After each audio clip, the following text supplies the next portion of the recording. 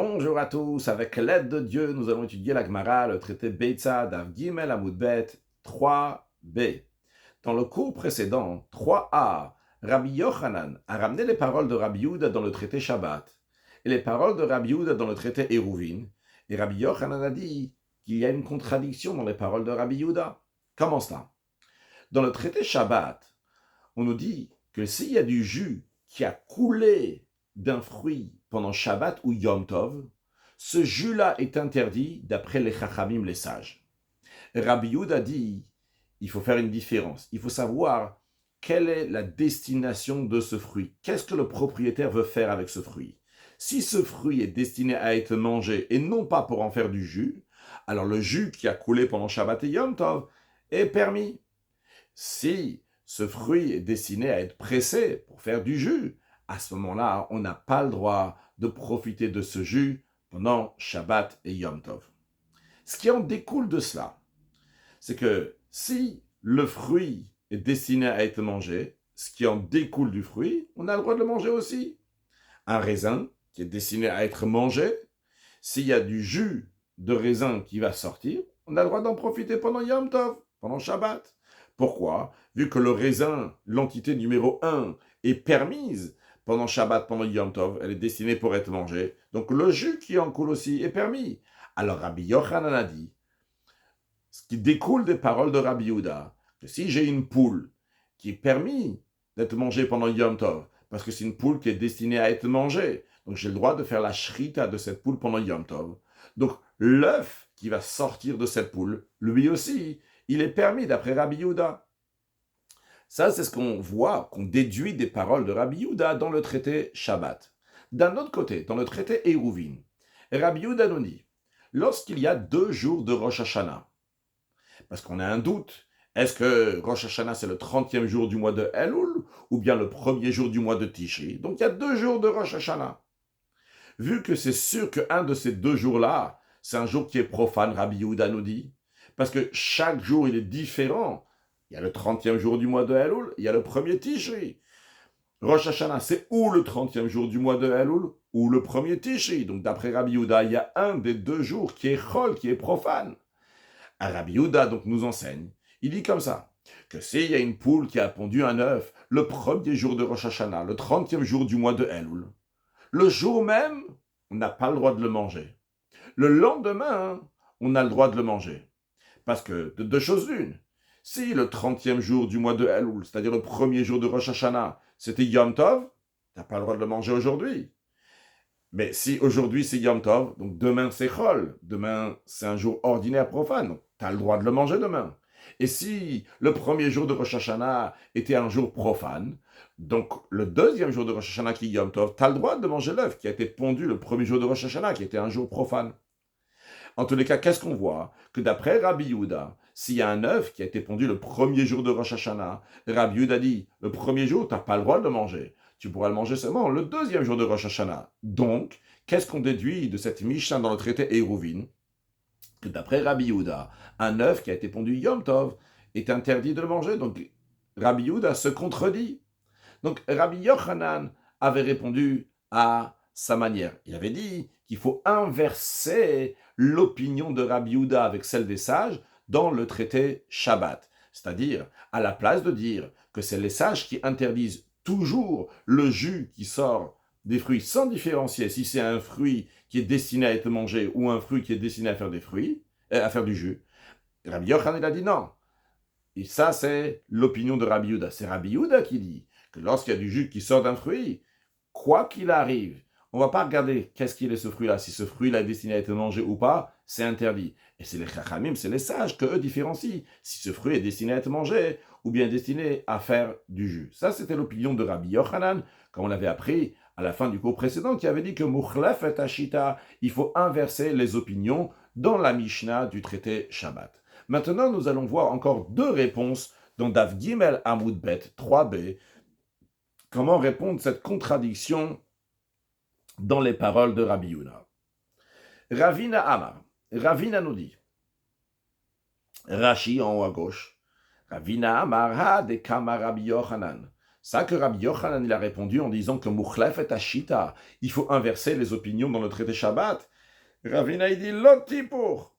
Non, il ne faut pas inverser, pas du tout. On va maintenir ce qui est écrit noir sur blanc. Que Rabbi Yehuda il différencie. Si le fruit est destiné à être mangé, qu'on a le droit de profiter du jus qui est sorti tout seul de ce fruit, et que si le fruit est destiné à être pressé, on n'a pas le droit d'en profiter. Alors, dans ces cas-là, comment il résout la contradiction du traité Shabbat avec le traité Eruvin? Alors Ravin a dit, Rabbi Yehuda, lorsqu'il parle dans le traité Eruvin, et il dit que l'œuf n'a pas le droit d'être mangé le premier jour de Rosh Hashanah, il peut être mangé seulement le deuxième jour de Rosh Hashanah, il n'est pas en train de dire son opinion. Mais les divrem des Rabbanan, c'est d'après les paroles des sages, Ka'amar le'u, il dit aux Rabbanan, les sages, ok, c'est vrai, vous n'êtes pas d'accord avec moi, mais quand même, vous devrez quand même être d'accord partiellement avec moi. C'est-à-dire, il y a deux choses ici. Les dit, d'après moi, Afilo Barishana Misharia, d'après ma vision personnelle à moi, Rabbi Yehuda, même le premier jour de Rosh Hashanah, l'œuf, il est permis. Car d'après moi, Rabbi Yehuda, comme je l'ai déjà mentionné dans le traité Shabbat, que lorsque nous avons un fruit qui est destiné à être mangé, il y a du jus qui coule, le jus, il est permis. De la même manière aussi, si nous avons une poule qui est destinée à être mangée, il y a un œuf qui coule, entre guillemets, qui sort, il est permis. Donc, d'après moi, même le premier jour de Yom Tov, l'œuf, il est permis. Des ukra, des ifatu, car c'est un aliment qui s'est séparé d'un autre aliment. Donc, c'est l'œuf qui s'est séparé de la poule. Rashi, ukra, des ifatu.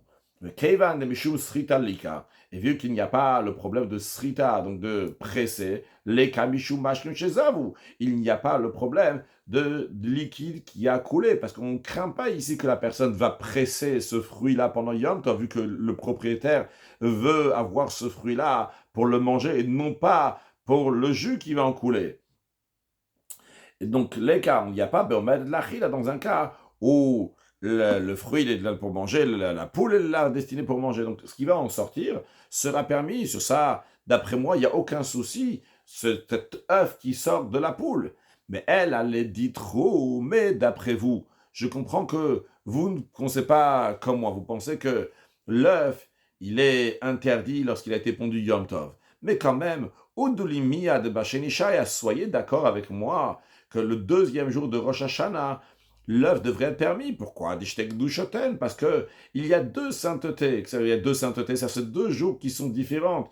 2 jours de sainteté incertaine. Peut-être c'est le premier jour qui est Yom Tov, qui est Kadosh, qui est saint. Le deuxième jour, il est profane. Peut-être c'est le premier jour qui est profane et le deuxième jour qui est Kadosh. Donc, soyez quand même d'accord avec moi qu'un œuf qui a été pondu le premier jour de Rosh Hashanah devrait être permis le deuxième jour. Rashi, Odolimiat. Soyez d'accord avec moi, que le deuxième jour, ça va être permis.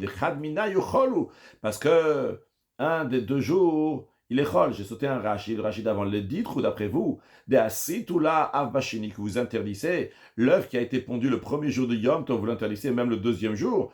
Quand même, Chachamim, soyez d'accord avec moi sur ce point-là. Que malgré le fait que vous, Chachamim, vous avez ce décret-là, vous pensez qu'un œuf qui a été pondu d'une poule pendant Yom Tov, c'est comme un liquide qui est sorti d'un fruit que vous interdisez, même lorsqu'il s'agit d'une poule qui est destinée à être mangée, quand même, vous allez dire que l'œuf qui est sorti, il est interdit, parce que mashkin shezavu, parce que c'est de la même manière que les sages, ils ont interdit le jus qui coule d'un fruit, de la même manière aussi, ils ont interdit l'œuf qui coule, entre guillemets, d'une poule, même si elle est omedet l'achila, même si elle est destinée à être mangée, quand même, soyez d'accord avec moi que le deuxième jour de Rosh Hashanah, elle sera permise, cet œuf sera permis, parce que même si le premier jour de Rosh Hashanah c'est interdit, parce que peut-être c'est Yom Tov, mais le deuxième jour de Rosh Hashanah, dans ce cas-là, c'est Chol, c'est un jour de semaine. Et si le premier jour de Rosh Hashanah c'était Chol, c'était jour profane de semaine, dans ces cas-là, le deuxième jour de Rosh Hashanah c'est Yom Tov, et l'œuf il a été pondu le premier jour, donc il était Chol. Donc soyez d'accord avec moi au moins sur ce point-là, c'est-à-dire, il y a 2 choses ici entre Rabbi Yehuda et Chachamim. Il y a le premier point déjà, est-ce qu'on considère un œuf qui est sorti de la poule permis ou interdit? Rabbi Yehuda dit, ça a été pondu pendant Yom Tov, c'est permis. De la même manière que du jus qui est sorti d'un fruit qui est destiné à être mangé, c'est permis de la même manière aussi. S'il s'agit donc d'une poule qui omet l'achila, comme Rachid nous a dit, qui est destinée pour être mangée, eh bien, tu peux prendre aussi l'œuf qui sort, d'après Rabbi Yehuda. Chachamim disent non, de la même manière qu'on interdit dans nos mashkin chez Zavou, on interdit aussi dans l'œuf qui a été pondu le jour de Yom Tov. Alors Rabbi Yehuda, il dit ça, j'ai compris, vous êtes en désaccord sur moi. On a déjà discuté dans le traité Shabbat. Mais aujourd'hui, dans le traité Hérouvin, on est en train de parler de Rosh Hashanah. Soyez quand même d'accord avec moi que si l'œuf il a été pondu le premier jour de Rosh Hashanah, il serait permis le deuxième jour de Rosh Hashanah. Attention, je dis ça d'après vous, parce que d'après moi, Rabbi Yehuda, même un œuf qui a été pondu le premier jour de Yom Tov, tout simplement dans un Yom Tov, l'œuf il est permis. Mais je comprends, vous n'êtes pas d'accord avec moi. Mais au moins, à Rosh Hashanah, soyez d'accord que si le premier jour de Rosh Hashanah, on n'a pas le droit de le manger, mais au moins le deuxième jour de Rosh Hashanah, on pourra le manger. Pourquoi? Parce qu'il y a deux saintetés incertaines. Peut-être c'est le premier jour, c'est le vrai jour de Rosh Hashanah où il y a la vraie Gdusha, la sainteté, ou bien peut-être c'est le deuxième jour. Mais en tous les cas, vu qu'on a un doute, il y en a bien un des deux qui n'est pas Rosh Hashanah. Donc si l'œuf il a été pondu le premier jour de Rosh Hashanah, on pourra le manger le deuxième jour de Rosh Hashanah. Et justement, les rabbanan disent à Rabbi Yehuda, on n'est pas d'accord sur un deuxième point aussi avec toi. Les rabbanan ont dit à Rabbi Yehuda, non, on n'est pas d'accord avec toi. L'œuf, il est interdit même le deuxième jour de Rosh Hashanah. Pourquoi? Parce que Gdusha Achati, parce que le jour de Rosh Hashanah, bien qu'il dure 48 heures, mais c'est un seul jour prolongé. C'est ce qu'on appelle par ailleurs Yom HaRirta, un long jour. Donc c'est une seule sainteté qui s'étale, qui se prolonge sur 2 jours, comme Rashi nous dit, Gdusha Achati. C'est une seule sainteté, la sainteté de 2 jours de Rosh Hashanah. Velodamu lishayamim tovim. Ça ne ressemble pas aux autres jours de Yom Tov, qu'on fait 2 jours, et que ces 2 jours-là, ils sont bessafek, ils sont dans un doute. Pourquoi? Des hanach, parce que ces jours-là, donc de Rosh Hashanah, lav mishum sveika atrun, ils n'ont pas été institués dans le doute, comme le doute qu'il y a en diaspora, dans les autres jours de Yom Tov. Par exemple, si on est en diaspora, et on ne savait pas à l'époque, donc aujourd'hui aussi on considère, on fait comme il y avait à l'époque, on ne savait pas comment le tribunal qui siégeait à Yerushalayim, qui siégeait par ailleurs, où il y avait donc le tribunal, ils avaient décidé le mois précédent est-ce qu'il avait 30 jours ou pas. Prenons l'exemple donc de Pessah. Pessah, donc c'est le 15e jour du mois de Nissan. Nous sommes ici à Nice. Et on ne sait pas si le tribunal, on va dire qu'il se trouve à Yerushalayim, a décidé que le mois précédent, le mois de Hadar, aura 30 jours ou pas. Comment nous on va faire, nous qui sommes à Nice et qu'on ne sait pas comment le tribunal il a décidé à Yerushalayim? On va dire comme ça. Peut-être le mois précédent, le mois de Hadar, avait 29 jours. Alors dans ce cas-là, 15 jours plus tard, c'est le jour de Pessah. Mais on va dire, peut-être, le mois précédent de Hadar, il n'avait pas 29 jours, mais il avait 30 jours. Donc, il faut compter 15 jours après 30 jours du mois de Hadar. Donc, on va faire 2 jours de Yom Tov pour Pessah. On va faire 15 jours après le 29 Hadar, et on va faire 15 jours après le 30 Hadar. Pourquoi? Parce qu'on a un doute.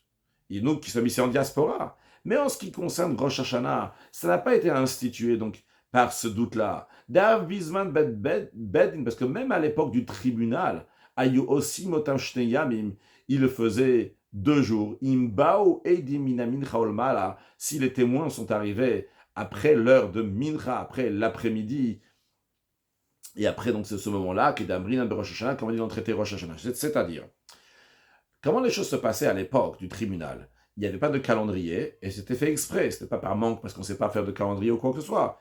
Il n'y avait pas de calendrier.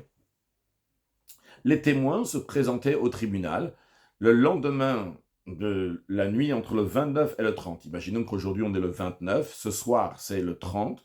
Alors s'il y a 2 témoins qui ont vu la nouvelle lune, ils vont se présenter demain au tribunal, dire on a vu la nouvelle lune hier soir. Le tribunal va les interroger, etc. Il va dire que Mekoudash, aujourd'hui, donc c'est Rosh Chodesh. En l'occurrence, si aujourd'hui on est le 29 Elul, et ils ont vu la lune ce soir, demain le tribunal va dire, en effet, on est Rosh Hashanah. Donc les Juifs, qu'est-ce qu'ils faisaient? Ils faisaient, donc ce soir déjà, ils commençaient Rosh Hashanah, peut-être c'est ce soir déjà Rosh Hashanah, sans être sûr que ça va être Rosh Hashanah. Et ils attendaient donc le lendemain matin. Si le lendemain matin, il y avait des témoins qui venaient et ils disaient que c'est Mekoudash, c'est sanctifié, très bien, donc ils font 24 heures et après c'est fini. Mais des fois, ça arrivait que même à Yerushalayim, ils faisaient 2 jours. Comment ça? Si les témoins arrivent après midi, et dans ces cas-là, les tribunaux, pour différentes raisons, ils ont décidé que s'ils arrivent l'après-midi, eh bien, ils vont faire le jour de Rosh Hashanah, non pas demain, le 30e jour du mois de Elul, mais après-demain. C'est-à-dire qu'ils vont laisser 30 jours du mois de Elul et aussi après-demain. Mais malgré ça, ils considéraient donc le 30e jour du mois de Elul Kodesh. Ils gardaient avec la sainteté qu'ils avaient commencé depuis ce soir. Et en plus de ça, ils disaient Mekoudash officiellement le 31e jour du mois de Elul. Donc ils faisaient déjà 2 jours, même à Yerushalayim, même au tribunal. Donc c'est pas comme tous les autres safek, les autres doutes qu'on a ici à Nice, en diaspora, de faire 2 jours donc par le safek. Donc les sages, ils disent, non, dans les autres Yom Tov, ok, on est d'accord avec toi, Rabbi Yehuda, il y a 2 gdushot, il y a 2 saintetés, mais le jour de Rosh Hashanah, il n'y a pas 2 gdushot, c'est une seule gdusha de 48 heures, une sainteté de 48 heures, et donc si un œuf, il a été pondu le premier jour de Yom Tov, de Rosh Hashanah, il ne peut pas être mangé le 2e jour de Yom Tov de Rosh Hashanah. Donc, d'après Ravina, sa réponse elle est que Rabbi Yehuda ne s'est pas contredit. Rabbi Yehuda, il maintient son opinion qu'il a dans le traité Shabbat, qu'un œuf qui est sorti d'une poule qui a été pondue le jour de Yom Tov est permis. Aïe, dans Eirouvi, il est en train de dire que le premier jour c'est interdit, le 2e jour c'est permis. Il n'est pas en train de dire son opinion. D'après son opinion personnelle, même le jour même, le premier jour de Yom Tov de Rosh Hashanah, on a le droit de manger cet œuf qui a été pondu le jour de Rosh Hashanah, le premier jour. Mais il dit d'après Rabbanan, au moins soyez d'accord que demain, le 2e jour de Rosh Hashanah, il pourrait le manger. Justement, les rabbins ils ont dit non, on n'est pas d'accord avec toi, parce qu'on est en désaccord sur un 2e point. En plus du fait qu'on est en désaccord si un œuf qui sort d'une poule est permis ou pas, on a encore un 2e désaccord. Est-ce que Rosh Hashanah est considéré une seule sainteté ou 2 saintetés? Toi, Rabbi Yehuda, tu penses qu'il y a 2 saintetés, et nous, sur 2 saintetés, il y a un jour qui est saint, un jour qui est profane, donc 2 jours de sainteté incertaine, et nous on dit que les 48 heures sont une seule sainteté, il n'y a pas ici un jour profane et un jour qui est saint, c'est différent, donc des jours qui sont de Yom Tov, qui sont diaspora, pour l'exemple de Pessah qu'on a pris, c'est un seul jour, une seule doucha, c'est la raison pour laquelle, que si c'est interdit le premier jour de Yom Tov de Rosh Hashanah, sera interdit aussi le 2e jour, parce qu'il n'y a pas ici 2 jours, il y a un seul jour, donc pendant toute cette journée-là, cet œuf, il est interdit, c'est une journée qui dure 48 heures. Bien, ça c'est la manière comme Ravina nous a résolu la contradiction dans les paroles de Rabbi Yehuda. Maintenant, il y a une manière encore plus facile, encore plus simple de répondre cette contradiction. D'après Ravina, la contradiction, elle commence même pas. Pourquoi? Ravina Bered Ravula Amar. Ravina, le fils de Ravula, il dit, tout simplement, on ne parle pas de la même poule. C'est pas la même poule. Hacha ici, dans l'œuf qui a été pondu le jour de Rosh Hashanah, et qui est interdit, d'après Rabbi Yehuda, le premier jour, on parle d'une poule qui est destinée à produire des œufs. Donc c'est une poule pondeuse. Une poule pondeuse, c'est-à-dire que c'est une poule qui est moukse. Rabbi Yehuda le tam. Et Rabbi Yehuda, il tient son opinion, son propre raisonnement qu'on a déjà appris dans le passé, des hit les moukse. Lui, il souscrit une application large dans les lois de moukse. Donc il interdit aussi cette poule et l'œuf qui coule, qui vient de cette poule qui a été pondue. Rashi, Ravina, Bered Ravula Amar. Ravina, le fils de Ravula, il dit que Rabbi Yehuda, de Rabbi Yehuda, contradiction de Rabbi Yehuda, mais de base, ça commence même pas la question. Ça qu'il a dit, le 2e jour de Rosh Hashanah, tu peux manger l'œuf qui a été pondu le premier jour de Rosh Hashanah. Et le premier jour, tu n'as pas le droit de le manger. Il parle d'une poule qui est destinée à pondre des œufs. Et donc, Mishum Moukse.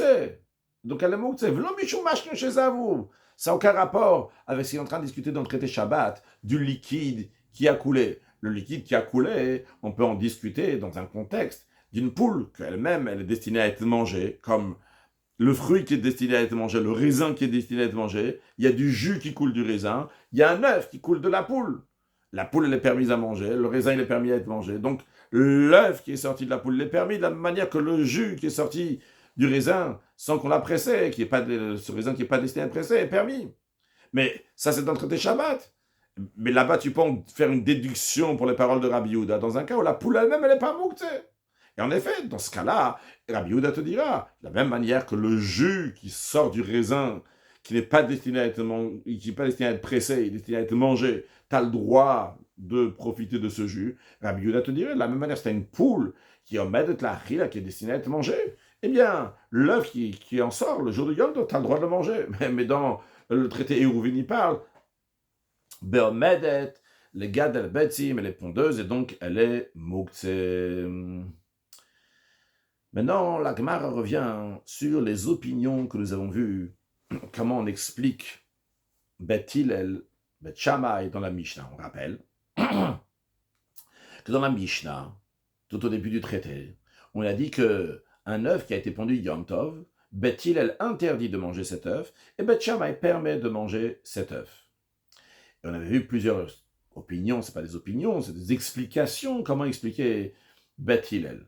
On a vu l'explication de Rav Nachman, qui disait qu'il s'agit d'une poule qui est pondeuse, et la discussion entre Bet Shammai et Bet Hillel, est-ce que on va appliquer les lois de Mouktsé de manière large, et donc on va dire que la poule, elle est interdite, et donc l'œuf aussi est interdit, ce qui est l'opinion de Bet Shammai, de Bet Hillel, pardon, donc qui interdit la poule et l'œuf, et on a l'explication de Bet Shammai qu'il ne tient pas donc d'élargir les lois de Mouktsé, donc la poule elle-même elle n'est pas Mouktsé, donc l'œuf aussi il est permis, ça c'était Rav Nachman.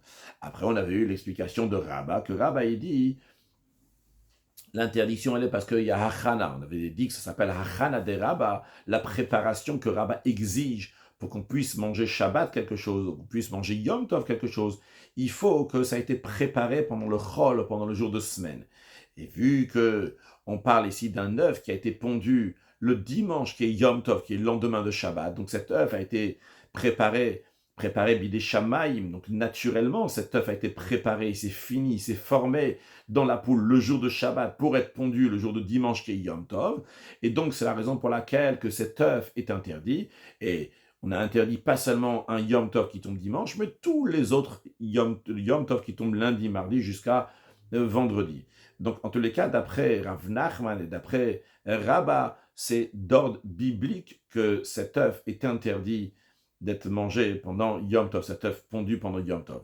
Puis, nous avons vu encore deux explications, celle de Rav Yosef, qui a dit que l'interdiction de l'œuf qui a été pondu Yom Tov et fait partie de l'interdiction de Mashkin chez Zavu, des liquides qui coulent, de celle de Rav Yosef d'abord, qui dit que ça fait partie de l'interdiction de Perot HaNoshim, des fruits qui tombent d'un arbre pendant Shabbat, pendant Yom Tov, qui sont interdits. De la même manière aussi, cet œuf qui a été pondu, qui est tombé de la poule pendant Yom Tov, il est interdit. Donc c'est une interdiction qui est liée avec une interdiction biblique, de la même manière que Perot HaNoshim, c'est une interdiction d'ordre rabbinique, parce que c'est les rabbanan qui ont interdit donc ces fruits qui tombent de l'arbre. De la même manière aussi, cet œuf qui tombe, qui sort de la poule est interdit d'ordre rabbinique. Et enfin, nous avons eu la quatrième explication qui était celle de Rav Yitzhak, qui nous disait que c'est la Gzeira, un décret de Mashkin Shezav ou un liquide qui a coulé d'un fruit, de la même manière que le liquide qui a coulé d'un fruit pendant Shabbat et Yom Tov est interdit, de la même manière aussi, dans ce décret-là était inclus l'interdiction d'un œuf qui est tombé, qui est sorti, qui a été pondu de la poule pendant Yom Tov. Maintenant, sur ces explications-là, la Gemara va demander une question partiellement sur certains d'eux. Mais on demande une question à partir de la braïta suivante. La braïta, elle dit comme ça. Déjà, Rashi, si je ne me trompe pas, il y a un Rashi ici, Métivé. Rashi dit, sur qui on demande la question, à Anacha Morae Kamae, sur la Moraïm d'avant. La Moraï, un Mora, c'est un maître du Talmud. Un Moraï, les maîtres du Talmud d'avant, dans ce qu'on a vu avant. Donc, Rav Nachman, Rabba, Rav Yosef, Rav Yitzhak, des Iflok Betama de Bethel, qui étaient en désaccord sur la raison de Bet Hillel de Matin de notre Mishnah, pourquoi Bet Hillel interdit l'œuf. Chacun a donné son explication. Donc sur eux, on va demander une question. On verra, c'est sur une partie de certains d'eux, on va demander une question. La Braïta dit la chose suivante. Echad beitza shenolda beshabbat. Que ça soit dans le cas d'un œuf qui a été pondu Shabbat. Echad beitza shenolda beyom tov. Que ce soit un œuf qui a été pondu Yom Tov. Qu'on dit dans Echad si et ça, ça veut dire que ça soit ça ou que ça soit ça. Donc que ça soit cet œuf-là qui a été pondu Shabbat ou Yom Tov. La règle est la suivante. Que en metaltelin ota. Il n'est pas permis de la déplacer. Donc on voit en effet que donc, cet œuf-là, il est mouktsé, et ce qu'on appelle mis de côté. Donc on n'a pas le droit, comme tous les mouktsés, pas seulement qu'on n'a pas le droit de le manger, on n'a pas le droit même pas de le déplacer. L'olechasot baitakli, ni pour en recouvrir l'ouverture d'un ustensile. Imaginons quelqu'un qui a une cruche, une bouteille, et comme ça il veut la fermer avec l'œuf. Il n'a pas le droit de l'utiliser pour ça, comme Rashi nous dit le chasot baitakli pour recouvrir donc un ustensile, donc Pitzlochid, Rashi nous dit, donc l'ouverture d'une slochit, d'une cruche, d'une bouteille, Velo lismorba kareamita, ni pour y appuyer le pied d'un lit. C'est-à-dire qu'un œuf, s'il est dressé verticalement, mais vraiment bien pile comme il se doit, eh bien, il est très solide et il peut supporter même un objet qui est lourd, même un lit. Alors, quelqu'un, il veut ajuster donc la hauteur de son lit, et comme ça, sous un pied du lit, ou sur plusieurs pieds, comme ça, pour appuyer le lit, l'ismar barachinin zokfa keneged chuda. Donc, il va dresser l'œuf, pile au-dessus donc de la pointe de l'œuf, et somerba, et il va appuyer donc le pied du lit sur cet œuf-là. Il n'a pas le droit de faire ça pendant Yom Tov. Mais la Mishnah nous dit que quand même, mais on peut retourner par-dessus l'œuf, donc au-dessus d'un œuf, on peut retourner un ustensile afin qu'il ne se casse pas. Le message qu'on est en train de dire ici, le chidouche, la nouveauté qu'on est en train de nous dire ici, quand on nous dit que tu as le droit de retourner par-dessus cet œuf un ustensile, c'est-à-dire tu es en train de prendre ici un ustensile qui n'est pas mouktsé. Il est en train de le prendre pour recouvrir un œuf qui est mouktsé. Ce qui est un chidouche, comme Rashi nous dit, on a le droit de retourner au-dessus de cet œuf un ustensile. Bien que l'œuf lui-même, cet œuf ne peut pas être manipulé, bougé, ni tel. Quand même, on a le droit de faire bouger, de prendre cet ustensile, donc manipuler un ustensile qui n'est pas mouktsé, les tzorka pour le besoin de l'œuf. Ce qui est un chidouche. Pourquoi c'est un chidouche? Parce que pas tout le monde est d'accord avec ça. Ou la poukim de Rabbi Yitzhak. Ça vient exclure l'enseignement de Rabbi Yitzhak. Des Amark, d'après Rabbi Yitzhak, il dit Enklinital, davaranital be Shabbat. Tu peux prendre un ustensile pendant Shabbat uniquement si il va être au service de quelque chose que tu as le droit de manipuler pendant Shabbat. Donc si tu veux prendre une bassine pour recouvrir un œuf qui a été pondu pendant Shabbat, Rav Yitzhak va te dire non, tu n'as pas le droit, tu ne peux pas aller prendre une bassine. Dis tiens, il y a un œuf ici, oh là là, il ne faut pas qu'il se casse, je vais prendre une bassine, là je vais le recouvrir pour le garder jusqu'après Shabbat. Vu que l'œuf, tu n'as pas le droit de le manipuler, de le bouger pendant Shabbat, tu n'as pas le droit de prendre une bassine ou un ustensile qui n'est pas moussé pour le recouvrir. Allez, qu'est-ce que Rabbi Yitzhak va faire avec cette braïta dans laquelle il y a écrit clairement que Kofé allait attaquer? Alors, Rashi nous dit, Ve'io, lui, Rabbi Yitzhak, Moukela, il fait tenir cette braïta, s'il a besoin de l'endroit où se trouve l'ustensile. C'est-à-dire, il y a une règle, dans le mouktsé même, il y a plein de sortes de mouktsé. Il y a des mouktsé que j'ai le droit de bouger si j'ai besoin de tzorech mekomo, j'ai besoin de la place. Imaginons par exemple, j'ai cette table-là que je n'avais pas l'intention d'utiliser pendant Shabbat, mais il y a des invités qui sont arrivés. Ok, j'ai le droit d'utiliser la table, mais le problème il est que sur cette table-là, il y a des ustensiles. Ah maintenant, je vais enlever cet ustensile qui est sur la table.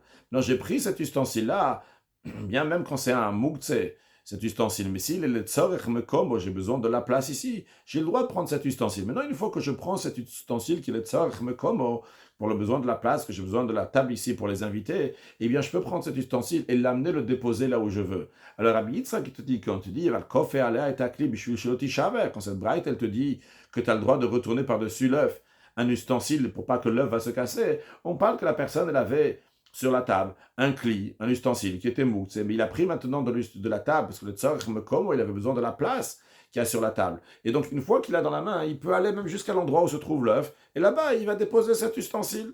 Ok. Maintenant, juste à rappeler que quand la Gemara, elle ramène une braïta pour demander une question, elle ne te ramène pas juste comme ça un mot de la braïta, elle te ramène tout ce qui est écrit dans la braïta. Nous, ce qui nous intéresse dans la braïta, c'est la suite. Maintenant, avant de continuer, juste mettre au clair, ce qui est évident, on a parlé jusqu'à présent d'un œuf qui a été pondu pendant Yom Tov, d'un œuf qui a été pondu pendant Shabbat. Donc il y a deux choses, on a parlé d'un œuf, deuxièmement, qui a été pondu pendant Yom Tov. Maintenant, continuons. La Braïta nous dit, Usfeika Asura, dans un cas de doute, l'œuf est interdit. Qu'est-ce que ça veut dire Usfeika, en cas de doute? C'est important ce petit détail-là, qui va poser question dans ma suite. Alors Rashi nous dit Usfeka, Sfeka Shelzo, le doute de celle-là, de celle-ci, de cet œuf, Asura, c'est interdit. Kasal Kadata, Rashi nous dit ce qui nous monte à l'esprit maintenant, comme on comprend ce que la Braïta veut dire. Juste à savoir qu'à chaque fois que Rashi nous dit Kasal Kadata, ça nous monte à l'esprit, ça veut dire que dans la suite, ça ne sera pas ça l'explication de la Braïta. Mais pour l'instant, Kasal Kadata, ce qui nous monte à l'esprit maintenant, c'est quoi? c'est que Safek Nolda Be Yom Tov, Safek Bechol. Qu'est-ce que la Braïta, elle veut dire en disant Sfeika, le doute? C'est si on a un doute, est-ce que cet œuf, il a été pondu Yom Tov, ou bien il a été pondu dans le jour de semaine? S'il a été pondu Yom Tov, c'est interdit. S'il a été pondu en semaine, ça serait permis, mais on a un doute. Eh bien, la Braïta dit, Sfeika, Asura Be Yom Tov, c'est interdit le jour de Yom Tov, tu devrais attendre le lendemain pour le manger. Continuons dans la Braïta, qui conclut donc la dernière chose de la Braïta, qui nous dit, si cet œuf, il s'est mélangé avec 1000 autres œufs, c'est-à-dire qu'il y a des œufs qui sont entiers avec leurs coquilles, etc., ils sont mélangés comme ça avec plein d'autres. Eh bien, Kulan Asurot, ils sont tous interdits. Tous ces œufs-là sont interdits. Ok, ça c'est la Braïta. Et je rappelle que dans la fin de la Braïta, donc on a vu deux détails. Qu'un œuf sur lequel j'ai un doute, l'œuf, il est interdit. Deuxièmement, que si cet œuf interdit, sur lequel j'ai un doute, il s'est mélangé avec 1000 œufs, qui sont permis, eh bien les 1000 œufs sont interdits. Ok, ça c'est la Braïta.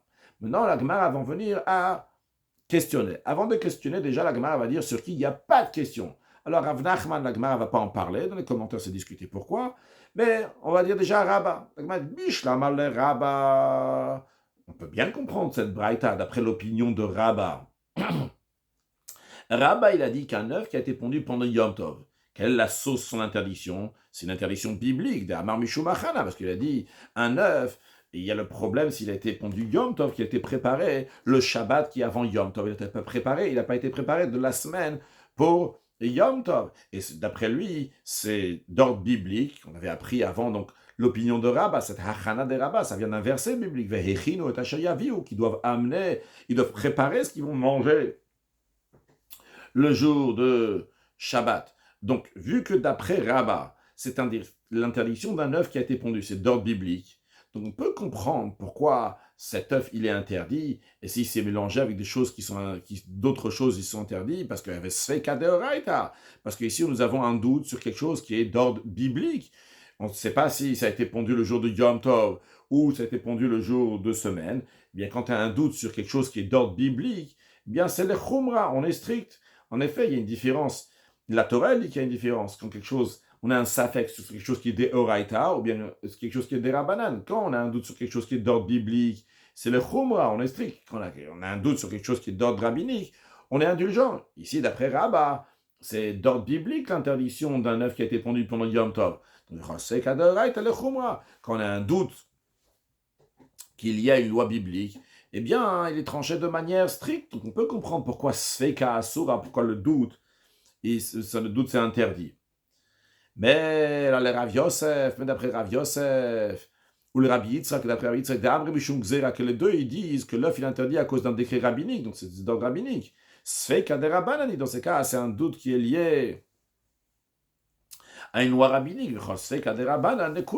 Et lorsque nous avons un doute qui est lié avec la loi rabbinique, eh bien, on le tranche de manière indulgente. Donc, d'après leur interprétation, la Braïta aurait dû dire que l'œuf, qui a un statut qu'on a un doute, donc il a un statut incertain, on n'est pas sûr s'il est né, s'il a été pondu le jour de Yom Tov, le jour de Chol, ça devrait être permis, parce que c'est un Safek des Rabbanan, comme Rashi nous dit, Safek des Rabbanan, c'est un doute donc d'ordre rabbinique, d'Afil ou Vadaï. Même quand on est sûr qu'il a été pondu Yom Tov, Bishum Gzeya ou de Itzar, c'est parce qu'il y a un décret d'ordre rabbinique, c'est pour ça que s'il a été interdit, c'est pas d'ordre biblique. Donc, Vecheya via la Sfeika. Donc, quand on a un doute maintenant sur cet œuf-là, si Nolda, pardon, Vecheya via la Sfeika, avait ça fait que c'est un doute sur quelque chose qui est interdit d'ordre rabbinique, et donc la Braïta ne devrait pas dire Sfeika Asura lorsqu'un doute c'est interdit. Il aurait dit Sfeika, que c'est mouta, c'est permis. La Gemara répond non, non, non, tu t'es trompé, t'as pas compris. La Braïta. Le début de la Braïta, il parle d'un œuf qui a été pondu pendant Yom Tov. Donc en effet, j'ai dit tout à l'heure, on parle de deux choses dans la première partie de la Braïta. On parle d'un œuf pondu Yom Tov. Mais la Gemara dit après, quand on dit Safek Asura, si on a un doute, c'est interdit, on parle d'un œuf tout court. On ne parle pas d'un œuf qui a été pondu Yom Tov. On parle d'un œuf. On ne parle plus de Yom Tov. Vu qu'on parlait avant des lois de Yom Tov, de l'œuf, de Yom Tov, on a continué à parler des lois de l'œuf, mais on ne parle plus de Yom Tov maintenant. Et comme On dit Seifa, donc la fin de la Braïta, Atan, elle est venue, le Safek Treifa, lorsqu'on a un Treifa incertain. Qu'est-ce que ça veut dire, Rashi? Le Safek Treifa, Safek Nolda Miternegol Treifa. Si c'est possible que l'œuf vient d'une poule qui est Treifa. Treifa, c'est littéralement qui veut dire déchiré, mais qui veut dire dans des mots simples qui n'est pas cachère. C'est-à-dire que si on a une poule qui est en mauvaise santé et qu'on sait qu'il va mourir, eh bien, l'œuf qui vient de cette poule, il est interdit, on n'a pas le droit de le manger. De la même manière que tu n'as pas le droit de manger la poule, tu n'as pas le droit de manger aussi l'œuf qui vient de cette poule. Ah, maintenant, on a un doute, est-ce que l'œuf, il est d'une poule qui est très fort ou bien d'une poule qui est cachère? Donc Rachid nous dit, quand la Braït, elle dit, ça fait qu'on a un doute, Asura se fait qu'Asura, qu'on a un doute, c'est interdit, on ne parle pas de ça fait que si ça a été pondu Yom Tov, c'est pondu jour de semaine. Non, on parle plus de Yom Tov, on parle juste de l'œuf, on a un safek sur l'œuf. Est-ce qu'il est cachère ou pas? Eh bien, comment tout d'un coup dans la Braïta on parle de ça? Rachid nous dit, ça a vu qu'on parlait de l'interdiction de l'œuf. Ok, l'interdiction de l'œuf pendant Yom Tov, mais on parle de l'œuf quand même. Vu qu'on parlait d'interdiction de l'œuf, on a parlé encore d'une autre interdiction qui est dans l'œuf. Non pas par rapport à Yom Tov, mais par un œuf qui est interdit. C'est un doute, est-ce que l'œuf, il a été pondu d'une poule qui est cachère ou d'une poule qui n'est pas cachère? Eh bien, on te dit, Asura, c'est interdit. Ah, la Gemara dit, mais si c'est comme ça, j'ai un autre problème. Parce que ça, ce qu'on parle maintenant, c'est qu'Asura, c'est l'avant-dernière chose qui est dit dans la Braïta. Mais voyons la suite de la Braïta, la fin de la Braïta. Iyahi, c'est comme ça. Eima Seifa. Maintenant, si tu me dis qu'on parle d'un œuf, qu'on a un doute, est-ce qu'il vient d'une poule cachère ou pas? Alors tu sais quoi? Viens, on va regarder le dernier cas de la Braïta qui nous parle de cet œuf sur lequel on avait un doute. Donc, d'après toi, la conclusion pour l'instant, c'est qu'on a un doute. Est-ce que l'œuf, il est cachère, il vient d'une poule cachère ou pas? Et on dit que Nitar va be'elef kulana surot. Et la Braïta conclut en disant que si cet œuf, il s'est mélangé avec 1000 autres œufs, ils sont tous interdits. Alors, réfléchissons. Qu'est-ce qu'il vaut mieux dire juste avant qu'on dise Seka Asura, qu'on a un doute, c'est interdit? Ça va, c'est compréhensif si tu me dis que le doute, il est quoi? Il est le doute, est-ce que cet œuf, il a été pondu le jour de Yom Tov ou le jour de semaine? Alors, je peux comprendre pourquoi on te dit les 1000 œufs sont interdits si cet œuf-là s'est mélangé avec l'autre. Pourquoi? Parce que parce que c'est quelque chose qui va devenir permis. Je vais expliquer dans un instant. La règle est que toute chose qui va devenir finalement permise, même si c'est annulé dans un mélange de 1000 choses, eh bien, ça ne va pas s'annuler. Alors tout d'abord, il y a la notion de bitul et il y a la notion donc de davar sheyesh lo matir. Bitul, l'annulation. Il faut savoir que d'après la Torah, lorsqu'il y a une chose interdite qui s'est mélangée dans une majorité de choses qui sont permises, tout devient permis. Donc par exemple, je parle d'ordre biblique, je ne vois pas comment c'est la halacha, d'ordre biblique. Si j'ai une chose interdite qui se mélange avec deux choses permises, eh bien tout devient permis. Après, tout le monde sait que les sages, ils ont institué pour différentes choses qui s'annulent dans 60, il y a certaines choses qui s'annulent dans 100, et il y a des choses qui s'annulent dans 200, ceux qui s'annulent dans 200, on va en parler dans la suite, 201, donc un qui n'est pas cachère, 200 qui sont cachères, on verra dans la suite, mais en tout cas, c'est la première notion, une notion de bitul. D'ailleurs, on peut voir ça dans Rashi, cette première notion, Afilu be'elef, ah non, on ne peut pas faire Rashi tout de suite. On va attendre un instant. Deuxième sujet que je veux parler avant de voir Rashi, cette notion de davar sheyesh lo matir, quelque chose donc, qui va devenir autorisé. Quand la chose va devenir autorisée, on ne dit plus la notion de bitul. Les sages, ils ne vont pas dire la notion de bitul. On va prendre un exemple. Quelque chose qui est mouktsé pendant Shabbat, pendant Yom Tov, qui s'est mélangé avec d'autres choses. Pendant Shabbat, pendant Yom Tov, le mouktsé, il est interdit. Alors, en général, on devrait dire, bon, il s'est mélangé avec une majorité, avec 1000, évidemment, donc ça va s'annuler. Le fait que le mouktsé, il interdit Shabbat et Yom Tov, demain, ce sera plus Shabbat, ce sera plus Yom Tov, tout va devenir permis. Alors on te dit, attends, qu'est-ce que tu vas te presser maintenant de rendre permis ces 1000 choses? Attends, demain tu pourras tout manger bête, ça sera permis, parce que demain il n'y aura pas la notion de mouktsé. On retrouve ça aussi dans d'autres domaines. Mais en ce qui nous concerne maintenant, ce que la Gemara veut dire ici, c'est que tu veux m'expliquer l'avant-dernière chose de la Braïta qui nous disait Sveka Asura, il y a un doute qui est interdit, tu veux me dire que c'est le Safek Treifa, c'est un doute que c'est Taref, est-ce que ça vient d'un œuf, d'une poule cachère ou pas?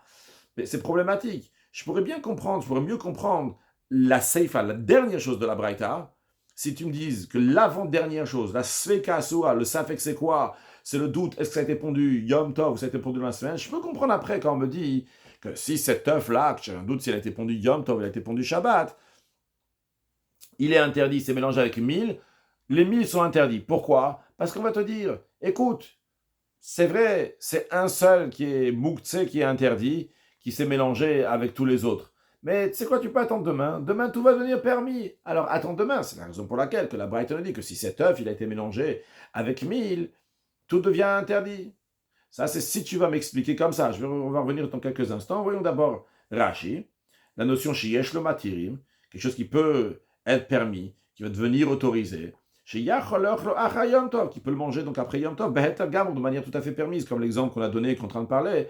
L'œuf, tu ne peux pas le manger Yom Tov, il est mouxé. Il s'est mélangé avec 1000 œufs. Ok, attends demain, tu pourras manger tous les 1000 œufs avec cet œuf-là aussi. Parce que davar sheyesh lo matir, ma filou be'elef lo batir. Rashi nous dit, même dans 1000, il n'est pas annulé. Afagav de raita, chad bitre batil. Rashi nous dit bien que dans biblique, non pas dans rabbinique, dans biblique, même un qui est mélangé dans deux, il s'annule. Dictif, car il est écrit achare rabim leatot. La Torah dit qu'on va suivre donc la majorité.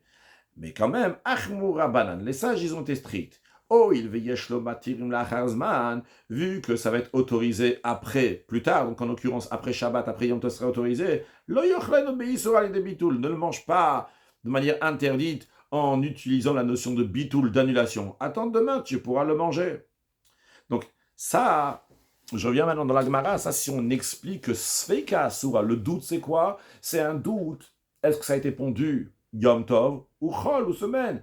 Alors on te dit, si cet œuf-là, il a été mélangé avec 1000 autres, attends demain, parce que demain ça va devenir permis. Mais là, il y a Amrat Safek Treifa. Par contre, si tu expliques l'avant-dernier sujet de la Braïta qui dit donc Sveika Asura, que le doute c'est interdit, tu vas dire c'est quoi le doute? C'est Treifa, est-ce que l'animal, la poule, elle était cachère ou elle n'était pas cachère, et cet œuf-là, donc sur lequel on a un doute, il s'est mélangé avec les autres, les 1000 autres, et tous ils sont interdits, alors là, c'est Davashen Matirimi. Ça, cet œuf-là, c'est une chose qui va jamais devenir permise. Si cet œuf-là, il a été pondu d'une poule qui n'est pas cachère, l'œuf ne va jamais devenir permis. Donc dans ces cas-là, la règle devait être que cet œuf va s'annuler dans la majorité des œufs. On a 1000 œufs qui sont permis, donc il y a un œuf sur lequel tu as un doute, est-ce qu'il vient d'une poule qui est cachère ou pas, c'est sûr et certain qu'il devrait s'annuler. Alors, la Gemara a dit, juste un instant.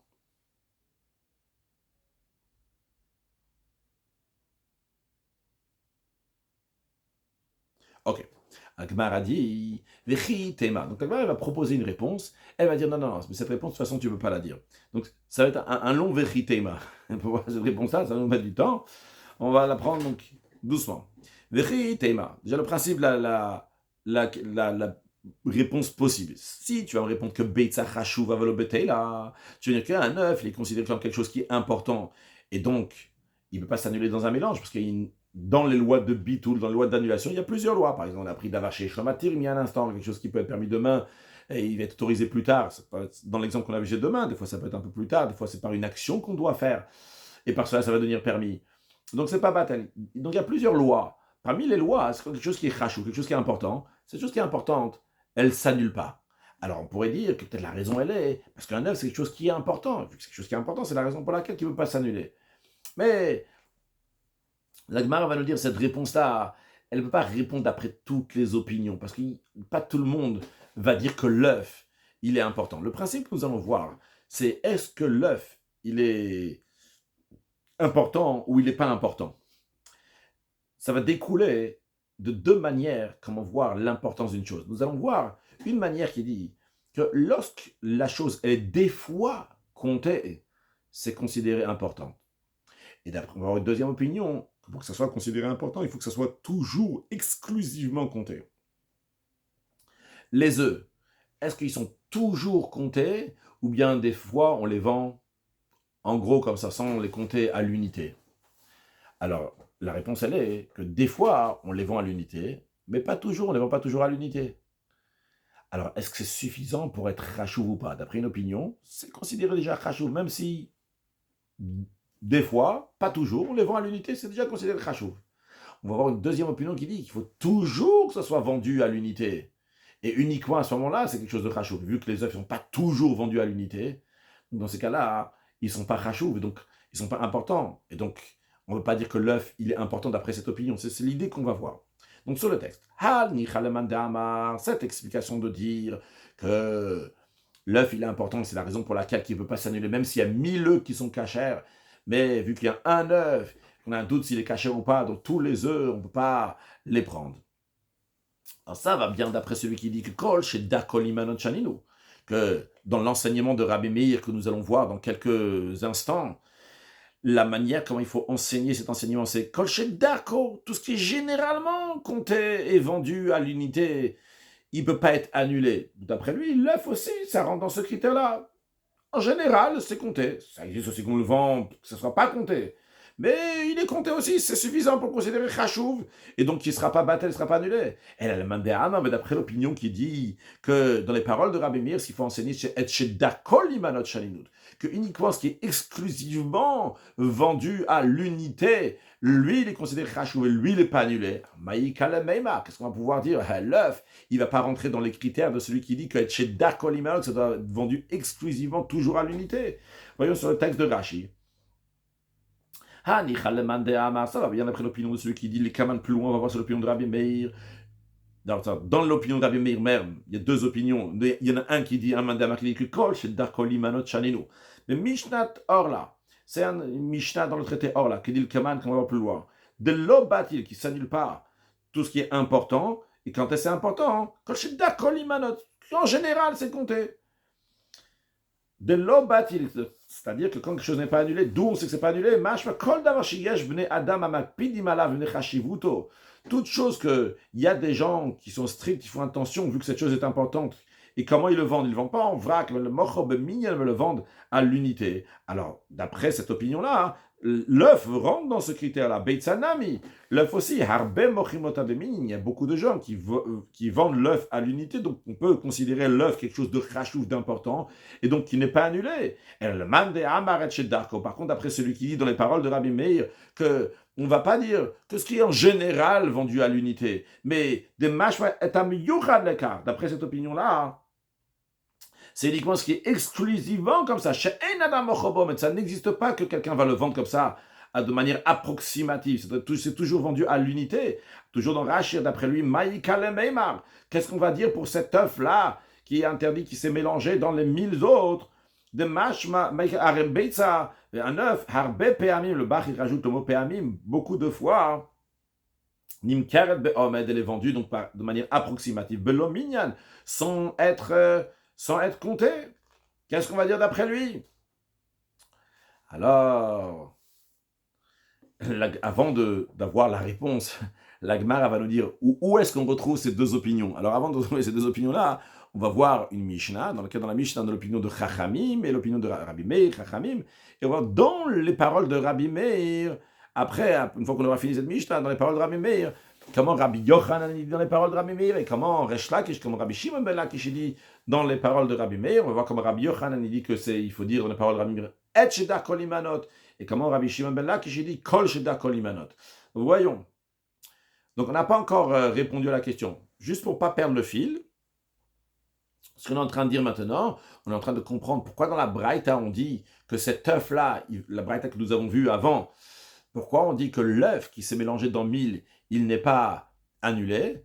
On veut expliquer que c'est un œuf, celui, on a un doute s'il vient d'une mère cachère ou pas, est-ce que la poule elle est cachère ou pas, il s'est mélangé dans 1000. Mais on dit, si c'est un œuf, on a un doute s'il est cachère ou pas, il s'est mélangé dans 1000, il devrait être permis. Et on est en train de proposer, peut-être parce que l'œuf, il est considéré important. Mais on a dit, c'est pas d'après tout le monde que l'œuf, il est important. Donc la réponse ne serait pas satisfaisante.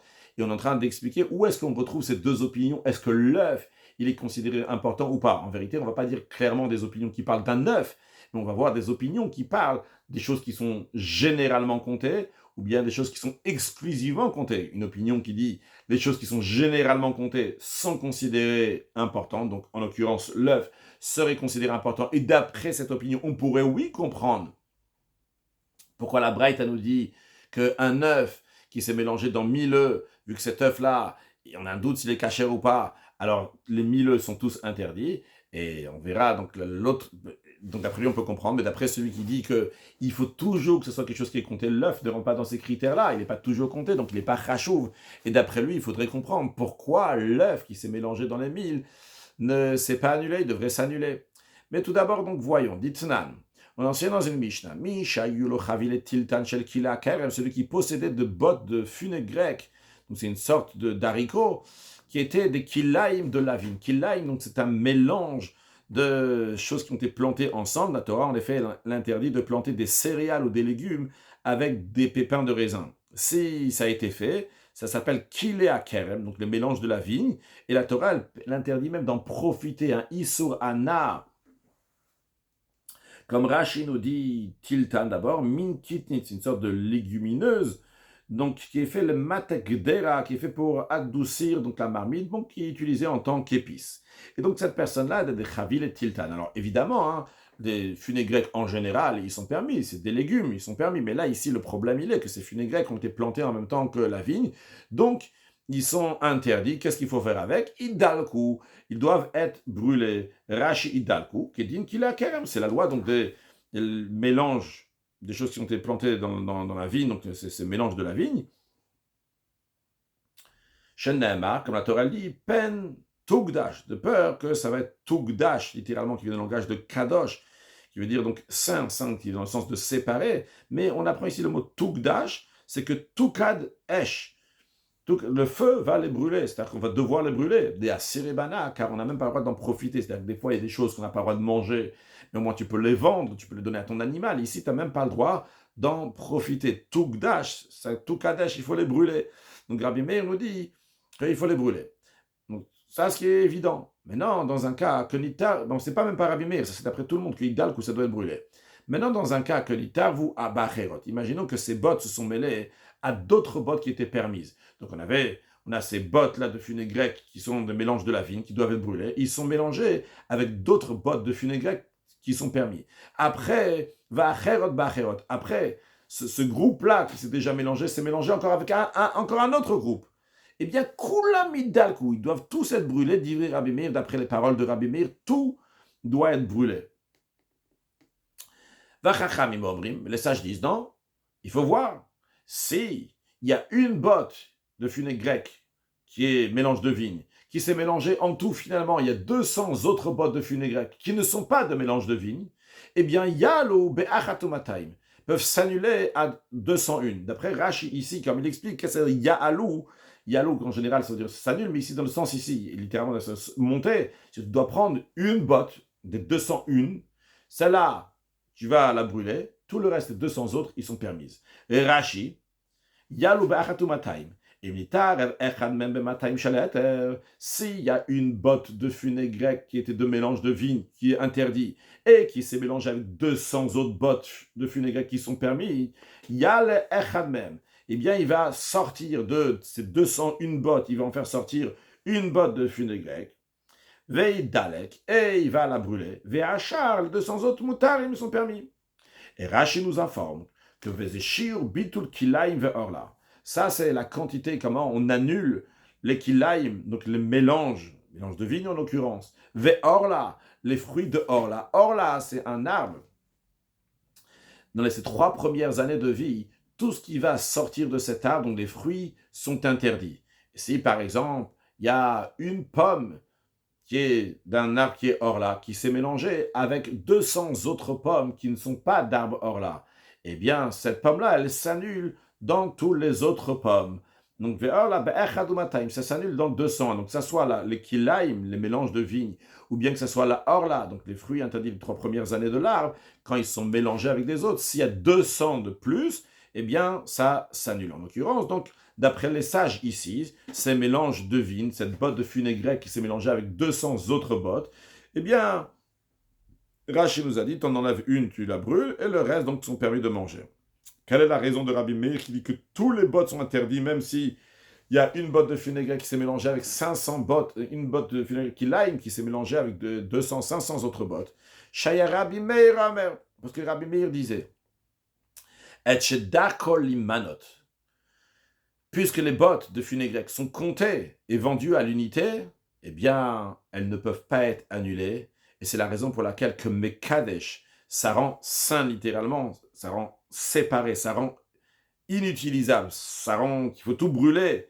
Donc tous les autres bottes, comme Rashi nous dit, Shaya Rabbi Meir Omer, Klomar, c'est-à-dire les Hachiyama Rabbi Meir, c'est la raison pour laquelle Rabbi Meir a dit que tous doivent être brûlés, Velet le Bitul, et on ne peut pas les annuler. Pourquoi? Shaya Rabbi Meir Omer, parce que Rabbi Meir disait, oh, il veut Dakan Nimano, vu que ces bottes-là, ils sont généralement comptés à l'unité. Ils ne s'annulent pas, même si tu les mélanges avec 200 autres. Ou mais kachin, et il rend inutilisable, il rend interdit, laisse pour interdire tous les autres bottes qui vont se mélanger avec cette botte-là. Ça, c'est Rabbi Meir. Continuons dans cette Mishnah. Mais les sages disent non. Et ne me kadesh la shisha dvarim bilbad. Uniquement 6 choses qui peuvent rendre inutilisable tout un mélange. Rashi, Vachachamim, les sages disent, Kol perot shebaolam, tous les fruits qui sont dans le monde, betelim, ils s'annulent avec d'autres fruits, donc s'il y a la quantité suffisante. Chutz mishishat varim, à l'exception de 6 choses, halalou, ces choses mentionnées à Menuyim Kan, qui vont être citées ici dans quelques instants, Shen Chashuvim Meod, qu'ils sont très importants. Et avant de voir quelles sont ces 6 choses que les Chachamim parlent, la Mishnah dit que Rabbi Akiva, d'après Rabbi Akiva, c'est Shiva. Il y a 7 choses donc, qui sont considérées très importantes qui peuvent faire s'annuler. Et voici les choses que les sages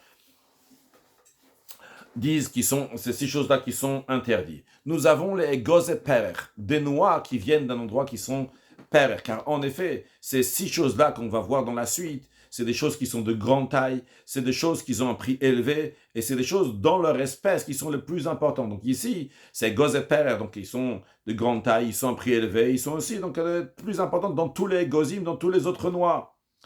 De même, veribon et badan, des grenades qui viennent de l'endroit qui s'appelle Badan. Rashi nous dit que Perech ou Badan, mais Komoten, c'est des endroits qui s'appellent Perech, qui s'appellent Badan. Donc ça fait 2 choses. Encore une troisième chose, Vechaviyot Stumot, des barriques, des tonneaux de vin qui sont scellés. Tant qu'ils sont scellés, ils gardent. Donc ils sont très très bons. Ils ont un goût particulier. C'est la raison pour laquelle ils sont encore importants une fois qu'ils s'ouvrent. Donc ils n'ont plus le goût aussi fort et aussi bon. Mais tant qu'ils sont fermés, s'ils se mélangent avec des autres, ils vont rester donc dans leur... Et ils vont interdire aussi tous les autres si eux-mêmes ils sont interdits. Des chilfeteradin et des blettes épineuses. Des kilche kruv et des pieds de chou. Rashi nous dit que kilche kruvim, donc des pieds de chou gdolim qui sont grands, imalin shelaim avec leurs feuilles. Et Rashi nous dit qu'au kruv shel Eretz Israël, le chou qu'il y avait en Eretz Israël, haya gadol keilan, ils étaient grands comme des petits arbres, que d'amrinot biktuvot, comme on dit dans le traité Ktuvot. Udlat yevanit et la courge grecque, donc, qui est aussi donc, le plus important de tous les autres courges. Donc c'est ces 6 choses-là que les sages disent, ça ne s'annule pas même s'ils sont mélangés avec beaucoup d'autres. Rabbi Akiva Mosiv, Rabbi Akiva, il rajoute une 7e chose, Afki karot shel balabait, même des miches de pain faites maison. Maintenant, dans tout ce que nous avons mentionné, il y a certaines choses qui sont liées avec l'interdiction de kilaim, et certaines choses qui sont liées avec l'interdiction de orla. Kilaim, on a dit, c'est le mélange de la vigne, et orla, c'est donc les 3 premières années d'un arbre qu'on n'a pas le droit de manger tout ce qui vient de l'arbre. C'est la raison pour laquelle que la Mishnah nous dit, fais-toi le tri. Arao, il est orla, orla. Parmi les 7 choses qu'on a dit, les fruits qui sont susceptibles de devenir orla rendent leur mélange interdit en tant que orla. Comme Rashi nous donne un peu plus d'explications, Arao, il est orla, orla. O tanchen min o ilan. Donc tout ce qui rentre dans la catégorie d'un arbre. Donc, par exemple, les noix, les grenades, Ve'orla, et donc il y a l'interdiction de orla dans cela, noaget baem, donc ve'orla noaget baem, donc la orla s'applique sur, par exemple, les noix et les grenades. Alors, mais kachin et ebouven, ils vont rendre inutilisable, ils vont rendre interdit leur mélange, mishum orla, à titre de orla. Toujours dans Rashi directement, on va raoul kila kerem, Et ce qui est susceptible de devenir kilaïm de vigne, eh bien, devient un mélange de la vigne. Rashi va le kilaker. Comme par exemple, on est en train de dire que Rashi, donc chilfet radin.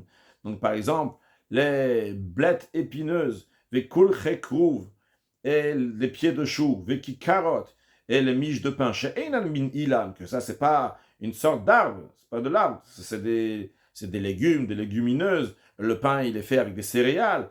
Eh bien, eux, mais Katch et Nérouven, ils rendent interdit leur mélange BI ou kilaker dans les choses qui sont aussi interdites, donc en tant que kilaker, en tant que mélange de la vigne. Ok, pourquoi on nous ramène tout ça? Parce que Ve'itmar Allah, à propos de cette Mishnah, on a un désaccord entre Rabbi Yochanan et Resh Lakish. Comment il faut dire dans les paroles de Rabbi Meir? Rabbi Yochanan dit Et shedakol imanot shaninu. Shaninu, c'est la Mishnah, donc on a enseigné dans la Mishnah. Dans la Mishnah, qu'est-ce qu'on enseigne? Qu'est-ce que Rabbi Meir dit? Il dit Et shedakol imanot.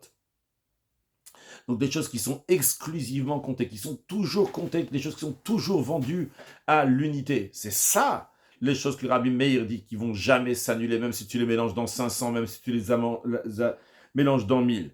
Par contre, Rabbi Shimon ben Lakish Amar, Resh Lakish lui dit, les choses qu'en général, ils sont comptés, ils sont vendus à l'unité. C'est ça, c'est déjà suffisant pour être considéré important d'après Rabbi Meir. Et même si c'est pas toujours vendu à l'unité, mais souvent, généralement, des fois, on le vend à l'unité, eh bien, c'est considéré déjà chachouv. Alors, Rashi, etchedako limanot shaninu, donc l'expression, c'est etchedako, ou bien kol shedako shaninu enseigné, bemilte de Rabbi Meir, dans les paroles de Rabbi Meir. Alors, tout ça pour revenir à la supposition de réponse. Je répète encore une fois, désolé. Dans la Braït, on a dit que si cet œuf qui était dans le doute, il a été mélangé dans 1000, il est interdit. Et nous, on veut dire que cet œuf-là, qui est peut-être interdit, c'est un œuf qui vient d'une poule qui est tréfa, qui n'est pas cachère, qui s'est mélangé dans 1000. Et la question est, mais dans ces cas-là, pourquoi l'œuf, il interdirait tout ce mélange-là de 1000? On a dit peut-être parce que l'œuf, il est chachouv. Alors, l'agma conclut ça repousse de réponse en disant Ah, Nichal Rabbi Shimon ben Lakish, la Braïta qui dit qu'un œuf n'est pas annulé dans un mélange. Ça serait correct, ça peut aller d'après l'opinion de Resh Lakish, parce que Resh Lakish, lui nous dit que Kol Shedar Kol Imanot Shaninu, toutes choses en général, que des fois même c'est compté, c'est suffisant. Donc l'œuf, il rentre dans ces critères-là, parce que de temps en temps, ou très souvent, l'œuf, il est compté. Rashi, Rabbi Shimon ben Lakish, ça va maintenant Rabbi Shimon ben Lakish, ou comment les Braïta d'Hillel, on peut faire tenir la Braïta d'avant, des Katane Beitza Lobatla, qui enseignait que l'œuf, il s'annule pas, cet œuf, qu'on a un doute s'il est cachère ou pas, il s'annule pas, même s'il est rangé dans 1000, qui est Rabbi Meir, comme Rabbi Meir, parce que d'après les mots que Rabbi Shimon dit dans les paroles de Rabbi Meir parle d'un cas, donc Kol Shedar Kol Imanot, quelque chose que des fois, il est compté par les gens en unité, c'est suffisant pour le considérer important. On peut comprendre pourquoi l'œuf va pas être annulé. Le Rabbi Yochanan, dit, mais d'après Rabbi Yochanan, qu'est-ce qu'on peut dire? D'après Rabbi Yochanan, quel est le Tana, de quel Braïta qui dit que c'est interdit un œuf qui s'est mélangé avec plein d'autres? En d'autres mots, ce que la Gemara, elle cherche à savoir, cette Braïta qui a dit Sveka Asura, que le doute est interdit, et que nous on veut interpréter que Sveka, le doute, c'est un œuf qui n'est pas caché, qui s'est mélangé avec plein d'autres œufs, tous les œufs sont interdits. C'est qui le Tana de cette Braïta? Qui nous enseigne ça? D'après Rabbi Shimon ben Lakish, on peut dire, très bien, c'est Rabbi Meir, voilà. Rabbi Meir, il dit, d'après Rabbi Shimon ben Lakish, Rabbi Meir, il dit, Kol Shedda Kol Imanot. Il suffit que, des fois, en général, on compte à l'unité un œuf, c'est considéré chachouv. Ok? On peut dire que la Braïta qui dit Sveka Asura et traduire que la Braïta, elle dit le Safek, c'est quoi? On a un doute. Est-ce que c'est un œuf qui est cachère ou pas, qui s'est mélangé avec tous les autres? Eh bien, tout devient interdit. C'est l'opinion de Rabbi Meir. Donc, on a sur qui faire tenir cette Braïta. On va dire c'est Rabbi Meir. Mais d'après Rabbi Yochanan, qu'est-ce qu'il veut dire? Sveka Asura. Tu veux dire que le Safek, c'est quoi? C'est le Safek, est-ce que c'est un œuf qui est cachère ou pas, et les autres, les 1000, ils sont interdits? Un instant, d'après Rabbi Yochanan, il n'y a pas de Tana dans une Braïta qui va dire une telle chose, que l'œuf, il est considéré quelque chose de chachouv, parce que on aurait pu penser que c'est Rabbi Meir, mais ça c'est uniquement bon pour Esh Lakish, que Rabbi Meir il dit une telle chose que l'œuf il considère Khashou, même si on le compte de temps en temps. Mais d'après Rabbi Yochanan, il n'y a pas de Tana qui dit comme ça, parce que d'après Rabbi Yochanan, le Tana, Rabbi Meir, il dit qu'il faut qu'on le compte toujours, et l'œuf il ne rentre pas dans ces critères-là. Alors, la Gemara répond, elle dit comme ça. Amar Rav, il a dit, Hay Tana, le Tana de la Braïta qui dit que quand on a un doute si l'œuf il est kasher ou pas, il s'est mélangé dans 1000, tous les œufs sont interdits. C'est le Tana de la Braïta de la Mishnah, de Litra Ktziot. Litra Ktziot, on va apprendre cette Braïta, cette Mishnah dans le prochain cours. Mais d'abord, voyons c'est quoi les mots, littéralement, Litra Ktziot. Alors tout d'abord, Litra, donc c'est une mesure qui est égale à un demi-log, si je ne me trompe pas, dans Rashi. Voyons Rashi d'abord. Tana de Aire Gabriel Litra Ktziot. Donc un litra de Ktziot, de Amar qui dit Kol davar sheyesh bo binyan, toute chose qui est comptée, on verra dans cette Mishnah-là, que le Tana il dit toute chose qui est comptée, même s'il est compté des fois, à filu bemide de Rabbanan, et même si c'est seulement quelque chose qui est une interdiction rabbinique, qui donne litra Ktziot, comme par exemple donc ce litra de Ktziot.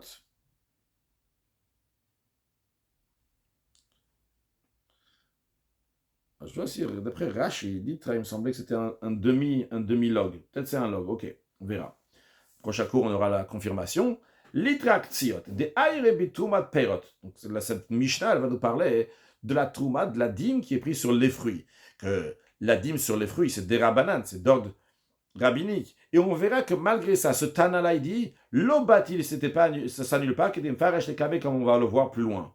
Alors d'après ce Tana-là, qui est très strict dans l'itra Ktziot, on verra dans un instant c'est quoi Ktziot, littéralement donc c'est des figues sèches, ou des Amar Kol Davar Shebeminyan, qui dit que toute chose qui est comptée, à filou bedera banane, même c'est lorsque quelque chose qui est d'ordre rabbinique, l'obatil, ça s'annule pas. Avec Kol Shekan Bidoraita, il y a plus forte raison lorsqu'il s'agit de quelque chose qui est de loi biblique, c'est sûr et certain qu'à ce moment-là, ça ne va pas s'annuler. Si déjà ce Tanaï te dit que quand il y a quelque chose qui est interdit d'ordre rabbinique, qui s'est mélangé avec même plein d'autres choses, tout est interdit, il y a plus forte raison lorsqu'il s'agit de quelque chose qui est interdit d'ordre biblique. Si déjà donc c'est ksiot, ces figues sèches, que leur trouma elle est uniquement d'ordre rabbinique, et on verra dans la suite de quoi il s'agit exactement. Et pourtant, ce Tanaï te dit que s'ils sont mélangés avec d'autres, il y a tout qui est interdit.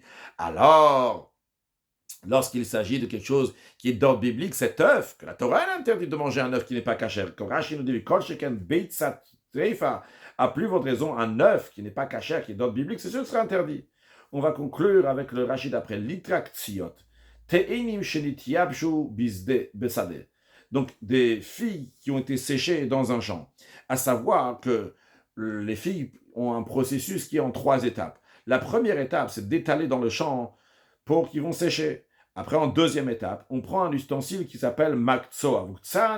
Il a pris ce Mikzoa, donc cet outil-là, donc c'est peut-être un sécateur de ce style-là. Veushem Kli, donc c'est le nom d'un ustensile, et Asui l'écart, qui est fait pour ça. À quoi il sert? On coupe les bouts des queues de figues. Et après, Dorsim, troisième étape, après, Dorsimotam Bikli Agoul. Après, on les écrase dans un moule qui est rond. Vernit Bakim Yahad. Là-bas, ils vont se coller l'une à l'autre, tous ces figues. Venasim Kikvina, ils vont former une forme de gâteau circulaire comme le fromage. Vous Nika Igoul Dvela, ça s'appelle donc des gâteaux ronds de figues pressées. Maintenant qu'on vient les vendre, Mafridan ben Magrefa, il va les séparer avec une pelle, avec une fourchette, ou Mochan ben Mishkal Litra, il va les vendre avec le poids d'une litra. Donc il va les vendre donc avec 7 litres. Donc ça c'est le Tana Litra. On ne va pas rentrer dans ça, parce que ça mord sur un gros morceau de la Gemara après, donc Dal et Amoud Aleph. Mais l'idée, en tous les cas que nous allons voir, c'est que tu me demandes, comment on peut dire que le safek, ce qui est interdit, il s'agit d'un safek, est-ce que c'est venu d'une poule qui est cachère ou pas, et c'est interdit, ça rend interdit les 1000 autres? C'est qui le Tana qui dit ça? On ne trouve pas un Tana qui dit ça, en tous les cas, pas d'après Rabbi Yochanan. On va dire, non, oublie, c'est pas Rabbi Meir et d'après Resh Lakish, c'est le Tana de l'Itraktziot, qu'on va voir que lui, il est très strict, que même quand quelque chose il est interdit d'ordre rabbinique et qui s'est mélangé avec d'autres choses, ça rend tout interdit. Alors, à plus forte raison, lui, il te dira, un œuf qui est d'ordre biblique s'est mélangé avec d'autres choses, c'est sûr et certain qu'il est interdit. Conclure avec une halakha, un ustensile qui est utilisé pour quelque chose d'interdit. Donc, par exemple, on va dire un marteau, klishem marteau le isur, et qu'on a besoin de s'en servir pour tzorer goufo, par exemple pour casser une noix, et qu'il a fini donc de s'en servir. Eh bien, il a le droit maintenant de prendre ce marteau-là et de le poser ailleurs de l'endroit où il était. C'est la même chose aussi pour tzorer mekom, dans l'endroit, s'il avait besoin de la place, il a bougé, il peut le poser ailleurs, comme on a dit oralement lorsqu'on a étudié aujourd'hui la Gemara. Un sujet de Chassidut, dans l'idée de ce qu'on a appris, des choses donc, qui ne s'annulent pas, les Juifs sont aussi comptés par Akadosh Baruch Hu. Quelque chose qui est compté par Akadosh Baruch Hu, lui aussi, il a ce statut-là, qui est quelque chose de chachouv et qui ne s'annule pas. Et un Juif, particulièrement lorsqu'il est rattaché à sa source, eh bien à ce moment-là, il a des forces particulières pour jamais se détacher et jamais s'assimiler dans le monde qui est autour de lui. En effet, quand on parle de la orla, on a dit s'il y a une pomme qui est tombée dans 200 pommes, eh bien, vu que les 200 et les autres, ils sont permises, alors la orla, elle s'annule. Ça, c'est si la orla, donc elle s'est mélangée avec des pommes qui sont détachées. Mais lorsque nous avons des arbres qui sont orla, et ils sont tous rattachés au sol, même si il y a un arbre orla et il y a 200 arbres qui ne sont pas orla, il y a 1000 arbres qui ne sont pas orla, eh bien, tous les fruits sont interdits. Pourquoi est-ce qu'ils sont encore rattachés à leur source? Le bat, ils ne vont pas s'annuler. Alors, cette idée-là se trouve aussi chez les Juifs. En plus du fait que les Juifs, ils sont comptés et ils sont quelque chose de chachouv, mais en plus, les Juifs sont rattachés à Kadosh Baruch Hu, à leur source. Alors, quoi qu'il arrive, il ne peut pas s'assimiler, il ne peut pas s'annuler. Et Am Israël, Chai, le peuple juif, il est vivant, le peuple juif, il est éternel, parce qu'il est attaché à un Dieu éternel. Il a de l'éternité dans lui-même, qui va se voir concrètement dans le monde entier, lors de la venue de Mashiach, comment Israël, comment le peuple juif et Dieu sont une seule chose très prochainement avec la venue de Mashiach. Now, une excellente journée.